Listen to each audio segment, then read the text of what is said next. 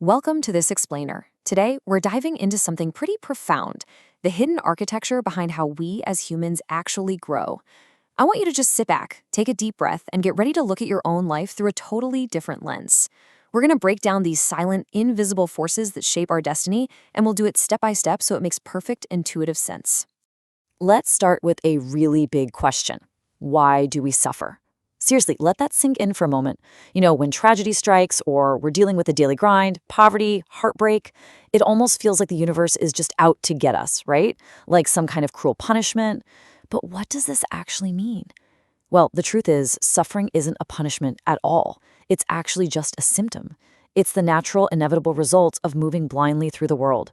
Simply put, we suffer because we just don't have the spiritual illumination to see the obstacles right in front of us. Think of it like this. Imagine you are forced to walk across a huge, pitch-black room. And this room is completely cluttered with heavy, randomly scattered furniture. If you try to cross that space in the dark, your progress is going to be slow, it's going to hurt, and you are going to end up with a lot of bruises. You're constantly bumping into pain and tragedy simply because you lack the light to see what's there. You don't realize the obstacle is in your way until, bam, it strikes you. That darkness, that is ignorance. It's the state of lacking the spiritual light needed to actually see the hidden causes of our suffering. But here's a massive shift in perspective for you.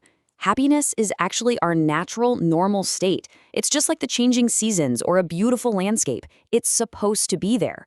Our miseries really only exist because, well, we just haven't learned how to reach over and flip the light switch yet.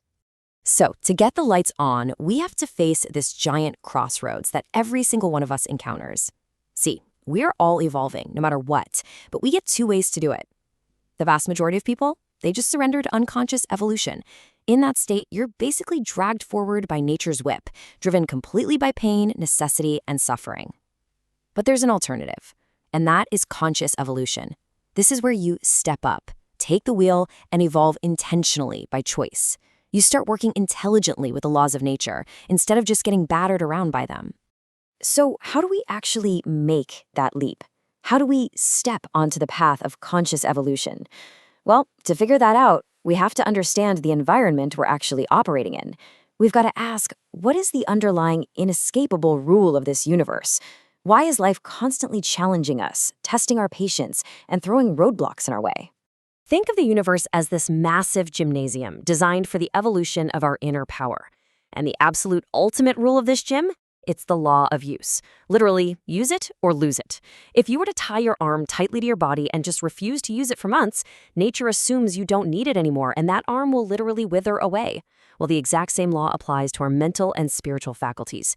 Inaction causes atrophy. Our minds and souls absolutely demand constant exercise and aspiration if they're going to grow. To really picture this, look at the tragic, real-life story of the hermit crab. A long, long time ago, the hermit crab actually had a hard shell and strong legs, just like any other crab out there. But it chose the easy path. It took the ocean's equivalent of just staying on the couch all day. It developed this habit of hiding inside the empty, cast-off shells of other creatures just to avoid the harsh realities of the ocean. And because it shirked its responsibilities and hid from life, over time, it literally lost its legs and its own natural armor. The takeaway here is absolutely crucial. Nature punishes inaction with atrophy. If you choose the easy, lazy path, constantly avoiding challenges and only looking for comfort, it always comes with a terribly heavy price tag. It leads straight to the loss of your own power and, eventually, degeneration. The simple truth is, we cannot escape life. We can only choose exactly how we're going to face it. Knowing this pretty grim reality about apathy, it becomes obvious that we have to choose action. We must choose to evolve. But what tools do we actually need to get ourselves out of that dark room and step into the light? How do we stop blundering into the heavy furniture of life and finally start mastering our own destiny? To make that escape, we need to build a practical, empowering toolkit. And it really boils down to three essential elements: desire, will, and intelligence. Now, don't just look at these as a rigid, boring checklist. Think of them as three highly interconnected pieces of an internal engine. All three parts have to work in perfect harmony to actually power our journey forward. Let's start with desire. A lot of philosophies out there tell us we need to kill our desires, but actually, desire is the engine of nature. It's literally the wind in our sails. Without desire, we just lay there completely inert. The real secret isn't to crush your desires, it's to transmute them.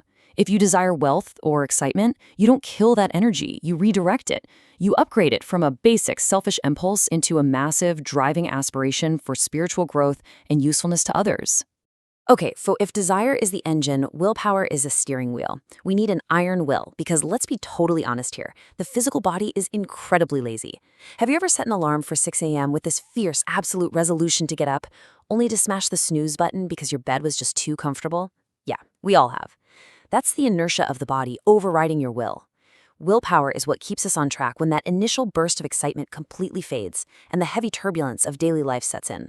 A huge part of developing that iron willpower is getting total control over our wandering minds. Imagine your mind is like a magnifying glass. If you hold it out of focus, the sun just creates this harmless, blurry circle of light. It doesn't do much. But if you focus those exact same scattered rays into a tiny, concentrated point, boom, you create fire. Through daily meditation and sustained attention, we have to train our minds to be that magnifying glass, turning our messy, scattered, everyday thoughts into a sharp, powerful fire. But here is the catch.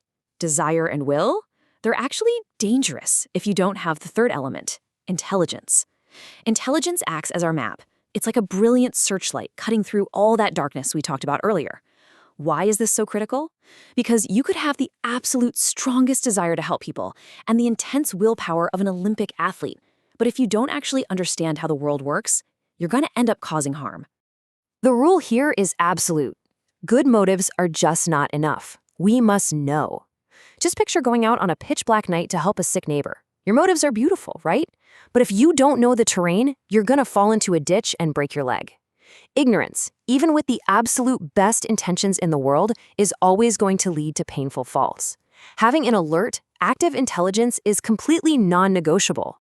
So bringing it all together, when we combine these three tools, when we transmute our desire, forge that iron will, and sharpen our intelligence, what actually happens?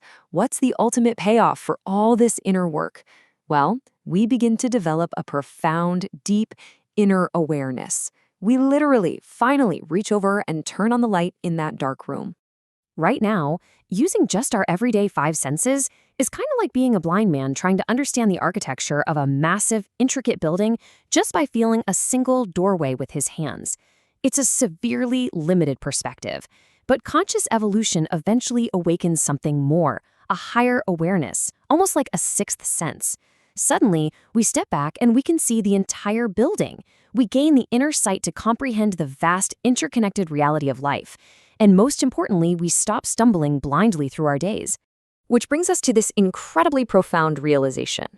We may be either the suffering slaves of nature or the happy masters of her laws. Taking responsibility for our own spiritual growth isn't just about gaining some sort of power. It's about ending our own unnecessary suffering. It's about understanding the rules of the game so deeply and so completely that we can finally start playing it with joy.